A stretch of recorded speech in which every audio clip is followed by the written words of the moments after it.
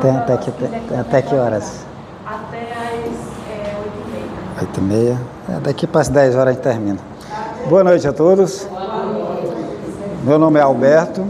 Fui convidado para vir falar sobre a temática Espiritismo e Ação Social Espírita, aprendizados da alma. Sobre as ações que os espíritas executam, né, ao longo das formações das casas, né? De onde vem isso, né? Por que o Espiritismo foca na caridade? Por que o Espiritismo, a Casa Espírita, forma o grupo de estudo e logo em seguida sente uma vontade, uma necessidade de montar grupos de evangelização infantil, assistência social a famílias carentes, trabalho de atendimento fraterno? Por que fazem isso, né?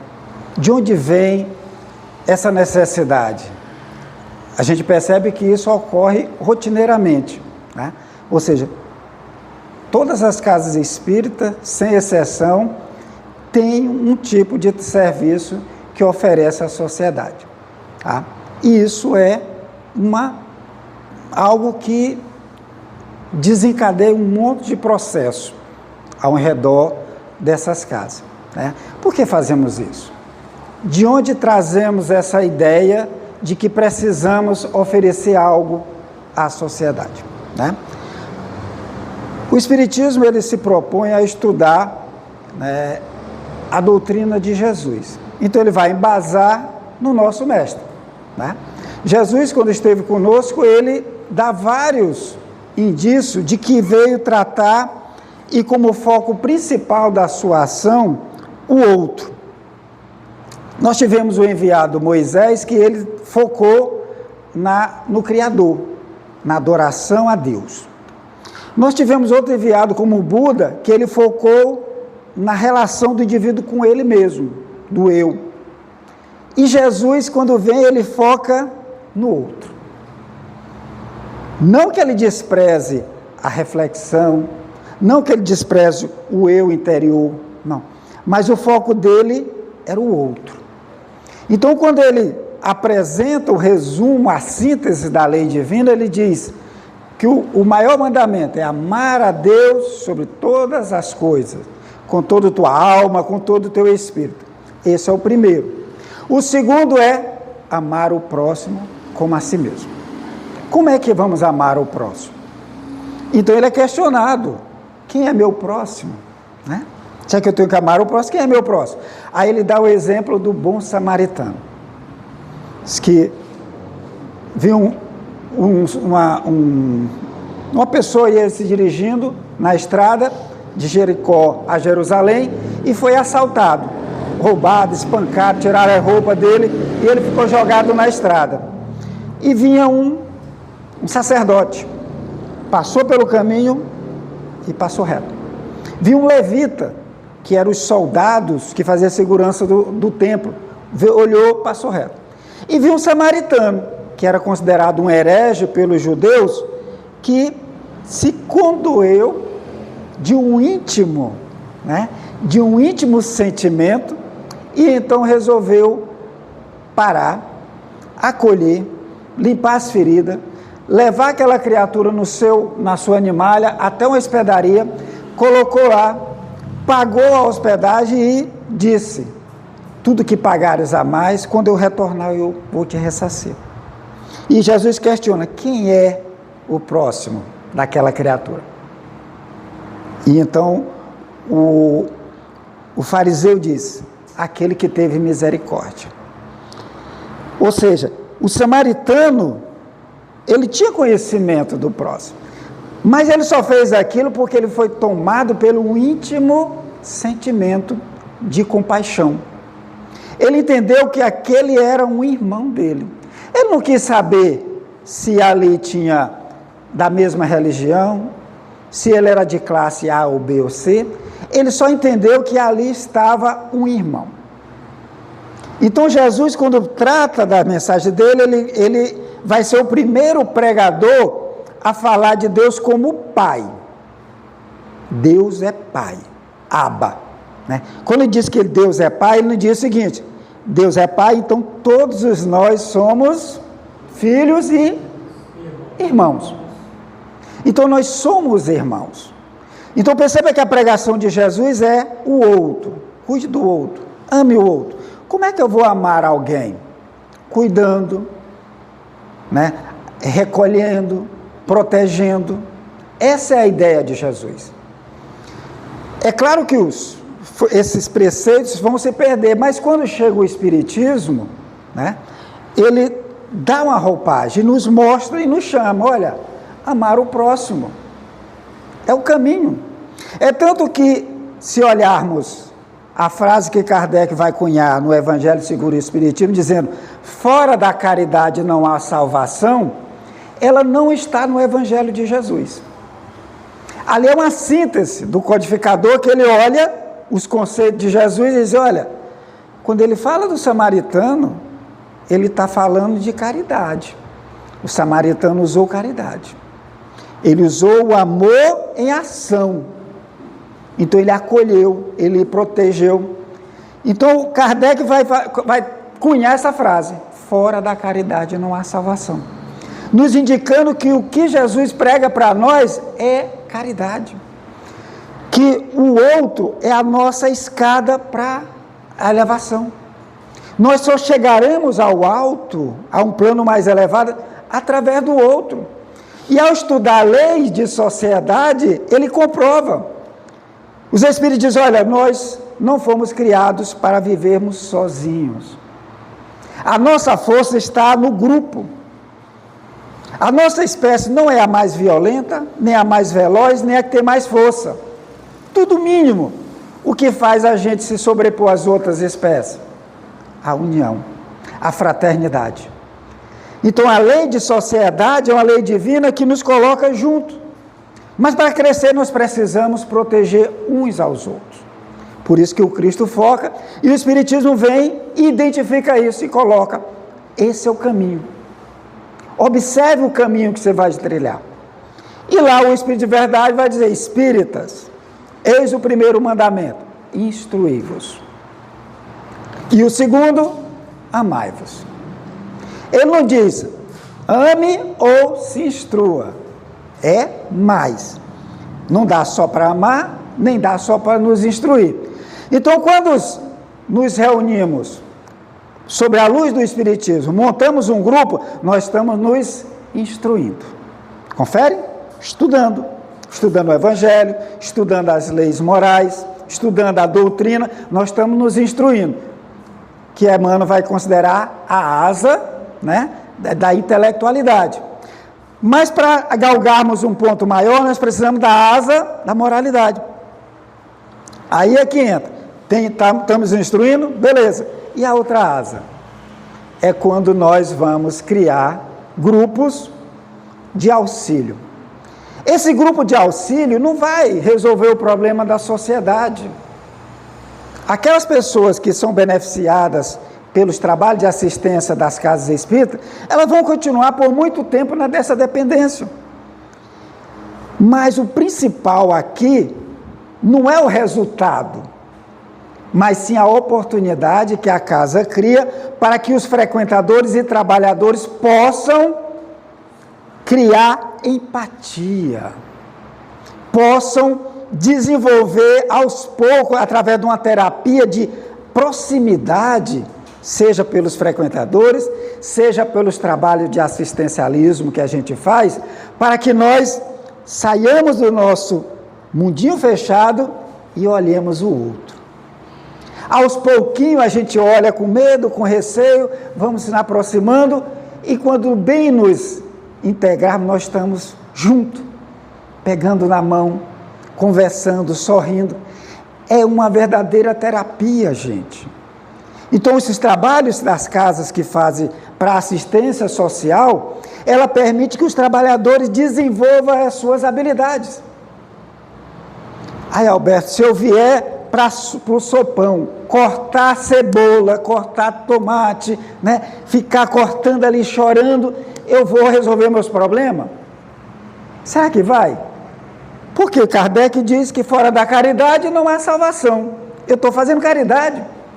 Todo mês eu venho e ajudo na sopa, né? Já tem o meu cantinho lá em Nosso Lar, né? Nosso Lar é bônus horas, né? Olha, venha que você vai ganhar bônus horas. A gente começa a apresentar, olha, todo o trabalho no bem vai nos ajudar de alguma forma. Todo o trabalho no bem nos aprimora, porque é da lei. A lei é a prática do bem. Se eu aprendo a desenvolver a prática do bem, eu começo a me melhorar. Vai ter resultado? Vai. Mas muitos de nós vêm para casa e é sugerido o trabalho, né? Aí a criatura, eu vou para o sopão, mas eu quero que os mentores peguem e aprisionem meus obsessores, para eles não me prejudicar, bote numa garrafa e bote longe, né?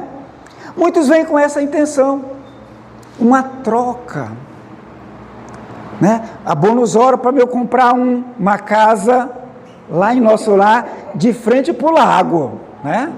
De frente para o lago, de tanta sopa que eu fiz, de tanta cesta básica, de tanto copo de cuscuz que eu entrego na rua.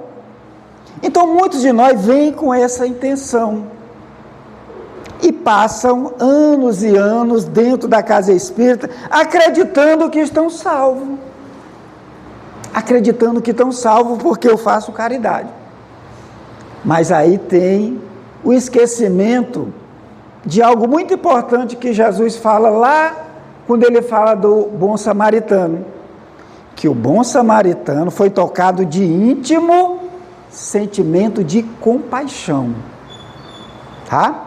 Quando eu venho para o trabalho social, que é feito aqui, parece que tem a sopa, né?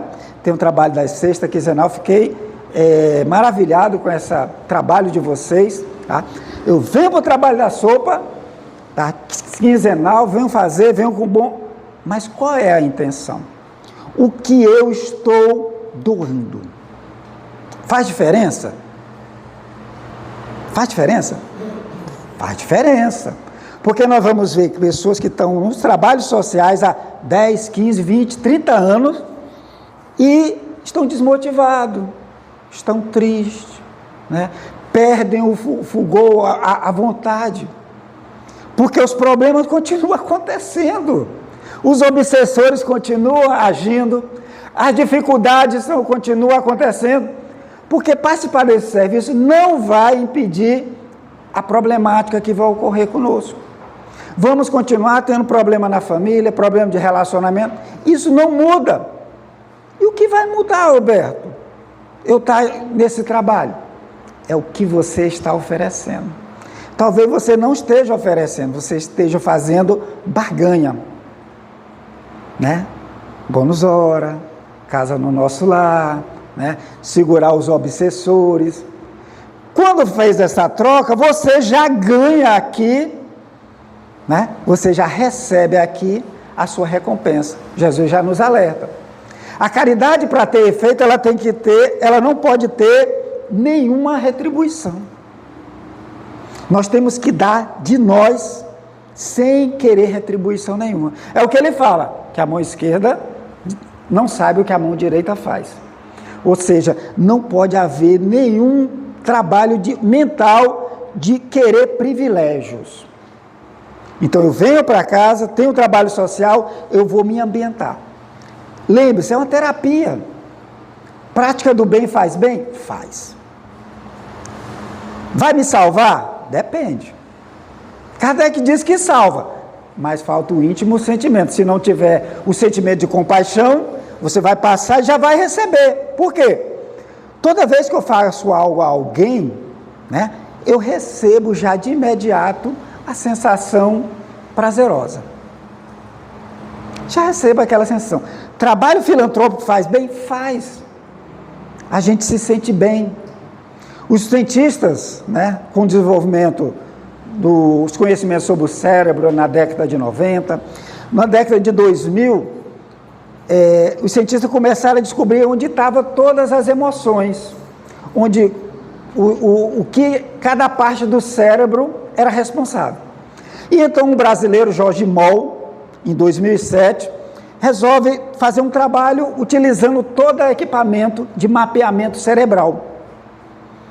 E ele então foi pesquisar a diferença entre filantropia e caridade. Alguns voluntários, e o experimento basicamente era esse. O voluntário botava todos os eletrodos para ver o mapeamento e a química do cérebro. E chegava para o voluntário e dizia, olha, você vai receber R$100, você vai ganhar R$100. E eles observavam o monitoramento e percebia que a área de prazer era ativada. R$100 dava prazer. Assim como comer doce, tomar café, quem bebe, tomar sua bebidinha, aquela área de prazer foi ativada. Diz, opa, beleza. Diz, olha, agora você vai pegar esses R$100 e vai doar a uma instituição de caridade ou filantrópica. E você vai abater esses R$100 do imposto de renda. Então, eles, diante dessa informação, eles analisaram que as zonas de prazer foram ativadas. Você sentia prazer em fazer aquilo.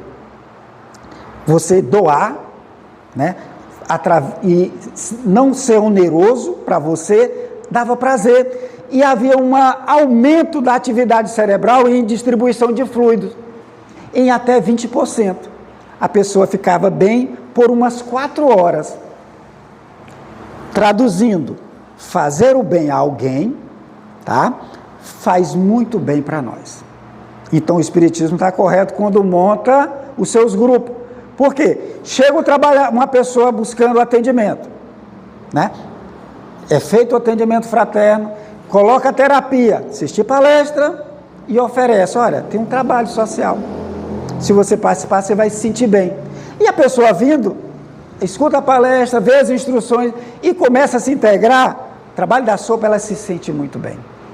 Poxa, foi legal o trabalho hoje, fizemos, entregamos. Até 4 horas a pessoa se sente bem, fica alegre. Filantropia faz muito bem. A ciência comprova.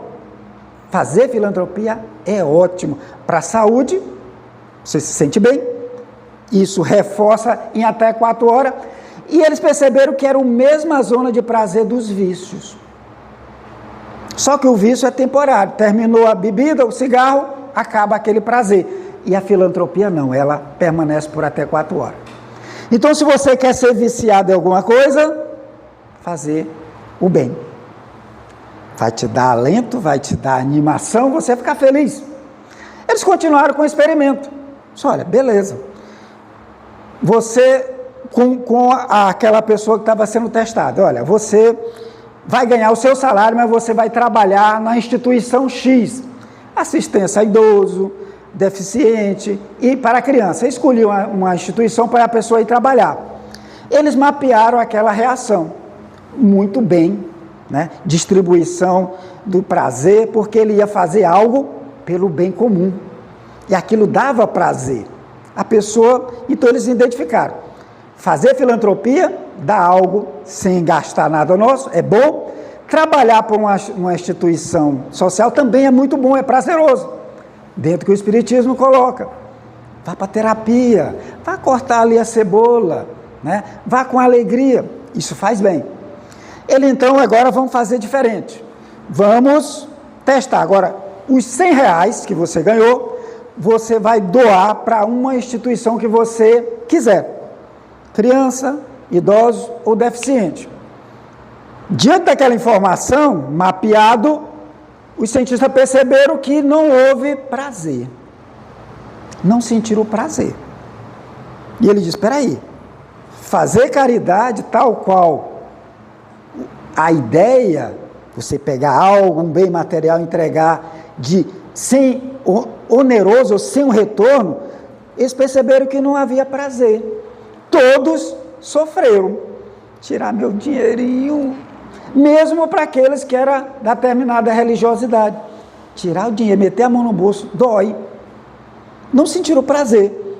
E os cientistas então ficaram encafifados. Como assim? Todo mundo diz, as religiões falam, a filosofia, que fazer caridade é bom. mas não é o que o cérebro está detectando. Então alguém deu uma ideia. Vamos fazer o seguinte, vamos pedir para essas instituições de auxílio ao idoso, à criança, ao deficiente, que façam um vídeo mostrando o que eles fazem. Um vídeo de publicidade. E apresentaram para aquelas pessoas que estavam sendo testado, mapeado. E eles, diante daquelas ações, daqueles vídeos, eles iam escolher quem eles achavam que merecia os R$100. E diz que nessa hora, quando fizeram, aí sim, aí a região cerebral se alterou, iluminou-se. Só que não foi zona de prazer, foi o córtex pré-frontal. A parte mais da frente que o cientista não sabia para que era aquilo. Ela se ilumina e ela tem um poder sobre todo o organismo. Poder sobre a sensação de dor, sobre as sensações de prazer. Ela tem um domínio e inunda o corpo, inibindo o sistema límbico, responsável pela depressão, pela ansiedade. Diz que quando a criatura é imbuída nesse sentimento, estimulado, não foi um sentimento, então que ela toma a decisão, ela mapeia tudo. Ela tem um domínio completo. Aí eles identificaram que tem filantropia, a caridade tal qual se entende, tem a verdadeira caridade. É quando somos imbuídos por um sentimento de compaixão, de empatia, de pena, né? Você vê a situação miserável de alguém, você sente, aí você faz. Essa é a verdadeira caridade. Prazer de servir. Prazer de servir. E quando você faz, você não sente dor, não sente fome. É quando aquela criatura que está com a roupa do corpo, ela... Fulano, você deu a roupa, voltou pelado. Na hora eu nem pensei. Ou seja, dor, sentimento, quando você faz a verdadeira caridade, não tem efeito. E eles mapearam isso. A verdadeira caridade, ela é prevalente. Por que você tomou a decisão? Não sei, foi na hora o melhor. E eles identificaram outra coisa, que melhora no aspecto da inteligência, há uma melhora no organismo, o organismo é inundado de substâncias que dão energia, força e clareia o pensamento. Quando o córtex pré-frontal é ativado. Quando a verdadeira caridade é feita. Então nós, espíritas, estamos estudando, estamos tentando desenvolver as nossas habilidades morais, mas não esqueçamos disso, para que a gente não venha para cá e faça a força, uma troca. Se você faz em troca, você está recebendo aqui. Você não vai ter a sua casa no lago, lá do outro lado, no nosso lado. Você já recebe. Para que a gente realmente esteja salvo, tem que fazer a verdadeira caridade. Nós temos que doar, além do elemento material, a água, a sopa, a cesta, nós temos que dar algo nosso, o nosso sentimento. Fazer com amor, sentir que é nosso irmão que está aqui, não olhar as falhas, os defeitos, os vícios que eles têm ou que eles trazem, não ficar anotando. Porque o sentido de caridade, segundo os Espíritos, na qual a questão 886 do Livro dos Espíritos esclarece, é que caridade para Jesus era benevolência para com todos. Ser bom, ser fraterno, ser amigo, ajudar. E esse ajudar pode ser de várias maneiras. Um ouvir, um alento, um conversar, um olhar nos olhos, é ajudar. Indulgência para com as faltas alheias. Ou seja, fulano é daquele jeito. Não estou aqui para anotar os erros, as falhas morais de quem quer que seja. Ele vai melhorar, ele é meu irmão, ele é filho de Deus, ele vai se tornar um anjo. Não agora, mas ele vai ser. Então é não olhar e não julgar, ou olhar com bons olhos. Ele vai crescer, né? Isso é indulgência, é caridade e perdão das ofensas. Perceba que a matéria, a cesta, a sopa, ela não entra aí em nenhum momento. Os aspectos materiais da caridade ou da ação social, ela é consequência do ato, né, íntimo de fazermos algo por alguém, porque sabendo que ele é nosso irmão, que está passando necessidade. Mas sem contar que tem outros aspectos. Cada família que nós atendemos, né, se ela tem 10 filhos, ela tem 10 mentores. Não tem só um, não tem 10 espíritos superiores os auxiliando. Então, quando eu faço algo para aquela família, eu ganho 10 amigos, gente. 10 amigos. Que se eu precisar, eles vão nos auxiliar. Então, tem esses aspectos que a gente observa. Servem, então, as ações sociais para nos treinar, para que nós aprendamos a fazer a verdadeira caridade. No início, filantropia. Troca, me faz bem, eu volto renovado, né? Estou ganhando bônus horas. No início. Mas continuamos a nos instruir. E somos alertados para a ideia da verdadeira caridade. Que ela precisa que nós nos doemos, dar algo nosso, que haja sentimento no que estamos fazendo. Eu venho porque eu gosto, porque eu preciso auxiliar. Eu faço o trabalho porque eu preciso auxiliar. Isso me ajuda e eu fico bem. E tem um outro efeito. A prática do bem, ela tem um efeito que chama de efeito borboleta. O efeito borboleta foi uma criação do cientista americano sobre a dificuldade de mapear o clima, de dizer com certeza o que vai acontecer em questão de clima, tufões, maremoto, tempestade. Eles, olha, é tão difícil. Por quê? Aí eles fazem uma analogia, porque um rufar de asa de borboleta no hemisfério é capaz de produzir um tufão no outro hemisfério. Trazendo isso para a área social, nós podemos identificar o efeito borboleta na criatura, na criança que nos bate a porta. A criança abandonada, a criança sem pai, o pedinte.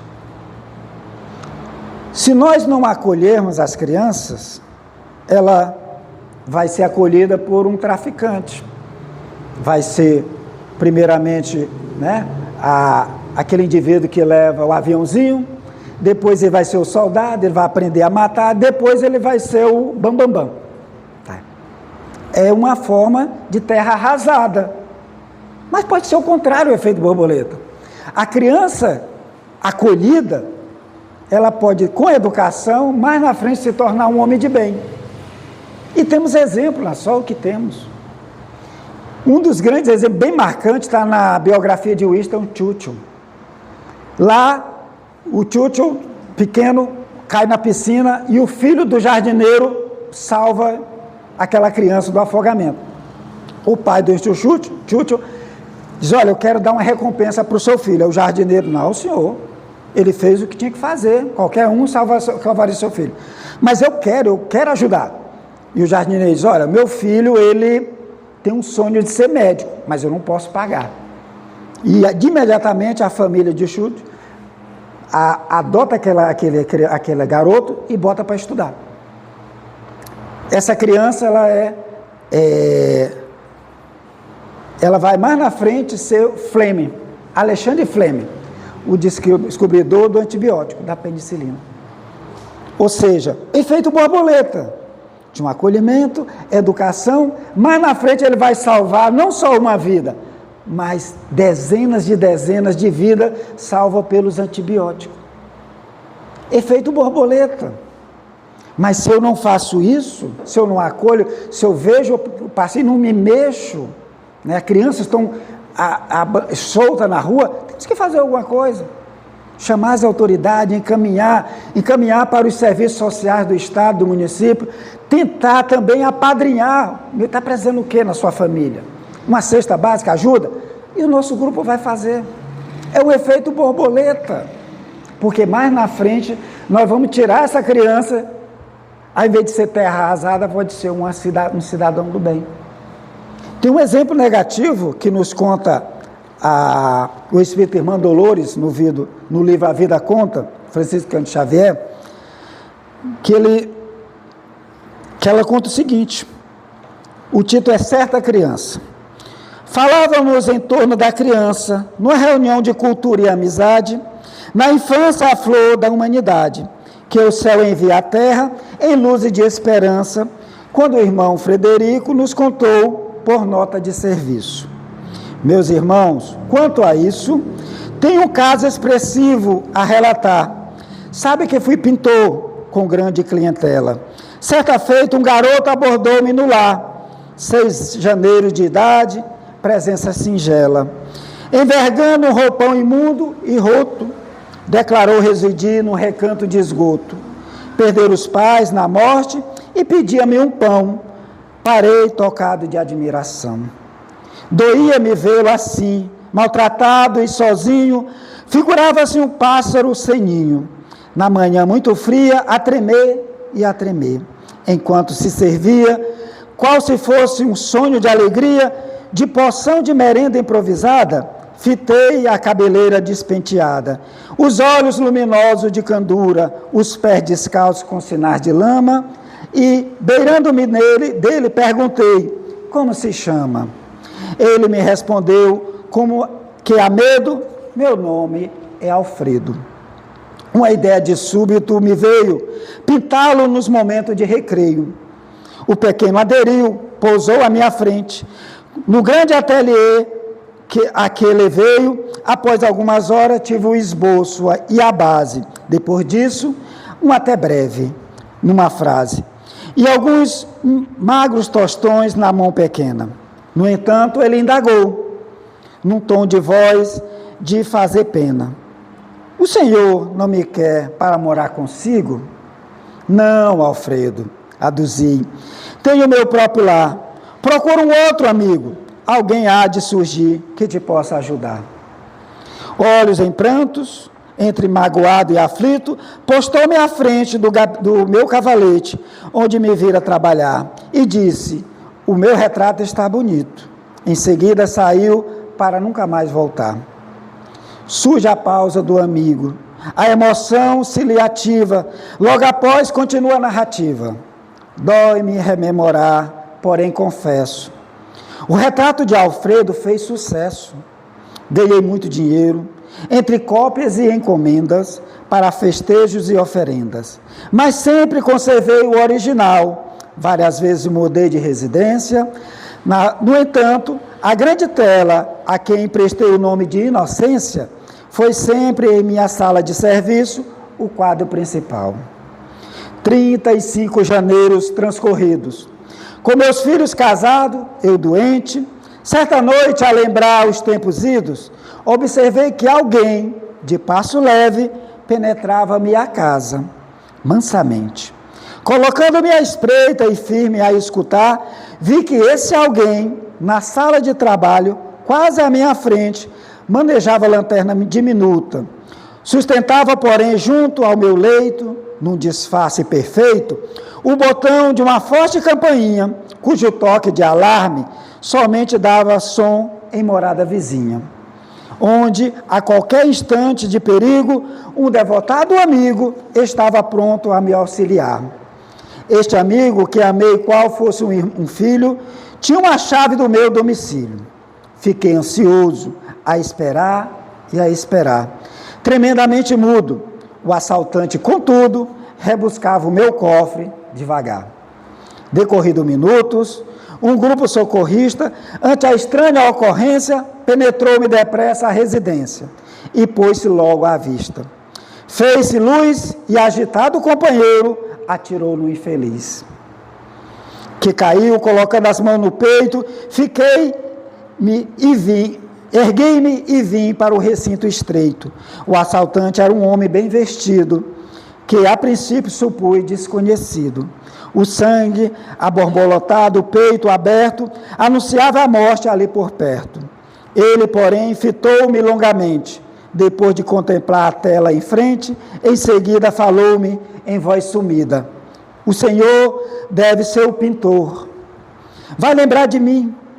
e como quem se via num instante amargo e exato, em que achava no piso o próprio fim, disse ainda, mas quase que em segredo, eu sou o Alfredo do retrato.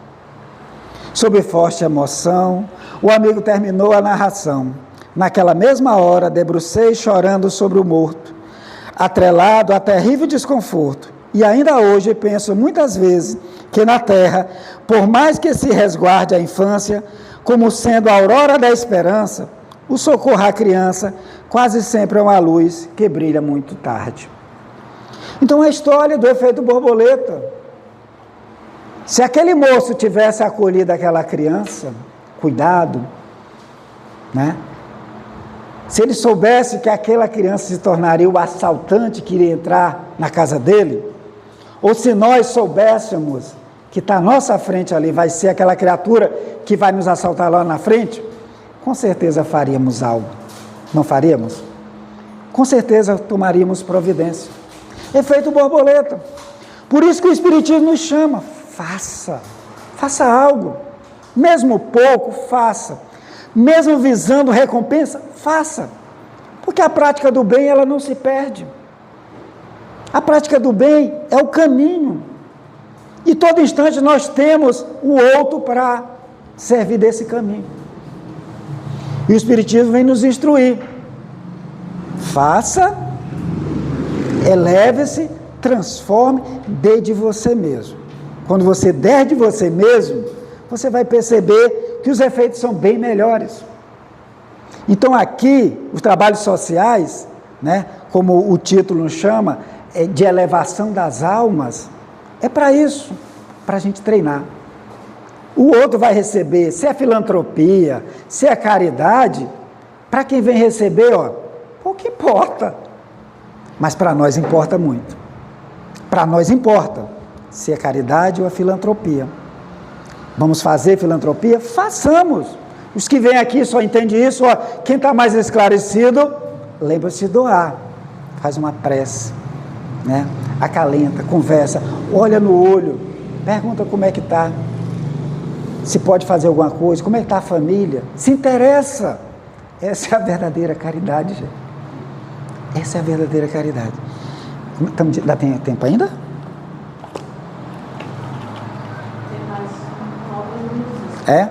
Então, para encerrar, eu trago um texto de Richard Simonetti, que ele traz justamente uma história que tem o título Remédio Divino.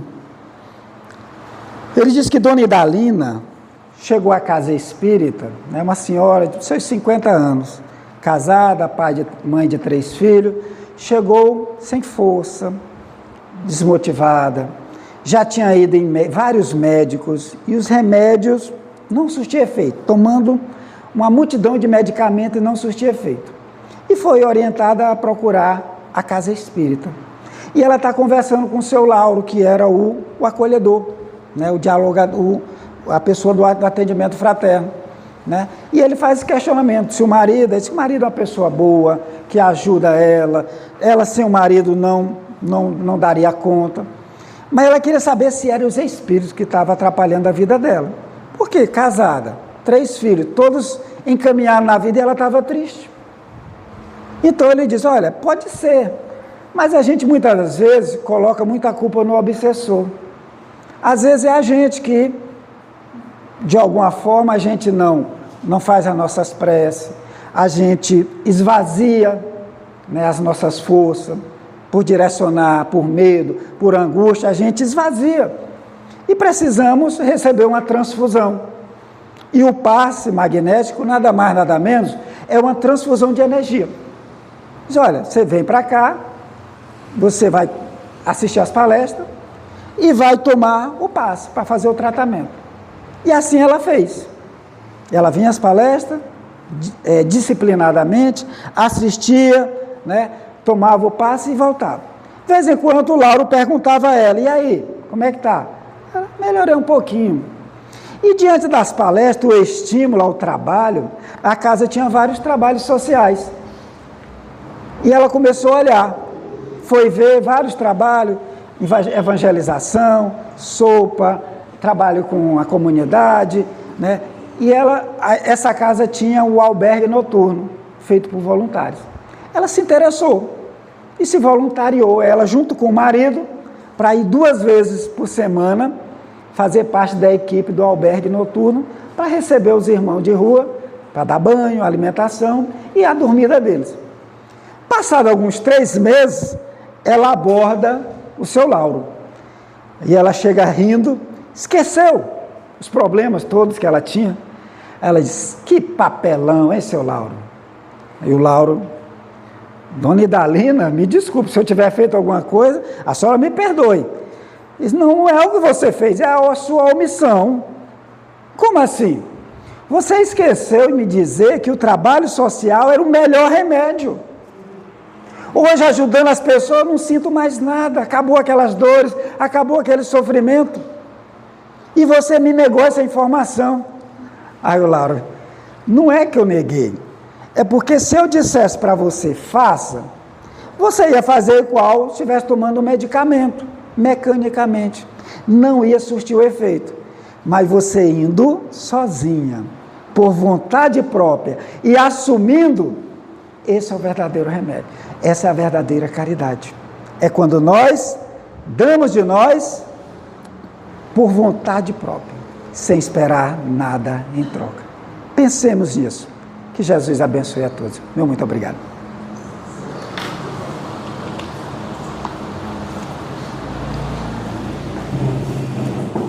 A gente agradece ao Alberto, né, por esse esclarecimento, essa luz, né, essa inspiração para os nossos corações. Com esse anúncio tão maravilhoso, o que é um exemplo vivo, né? Ele não fala, mas ele sai aí nas madrugadas, fazendo efeito borboleta, e a gente não tem noção, a gente acha que o pouco que a gente faz não faz diferença, mas às vezes faz tanta diferença. A gente só vai ter consciência muitas vezes quando chegar lá do outro lado, que tiver condição de olhar o todo, né? Que aqui a gente vê por parte, a gente vê limitado, né? Bom, convidamos a nossa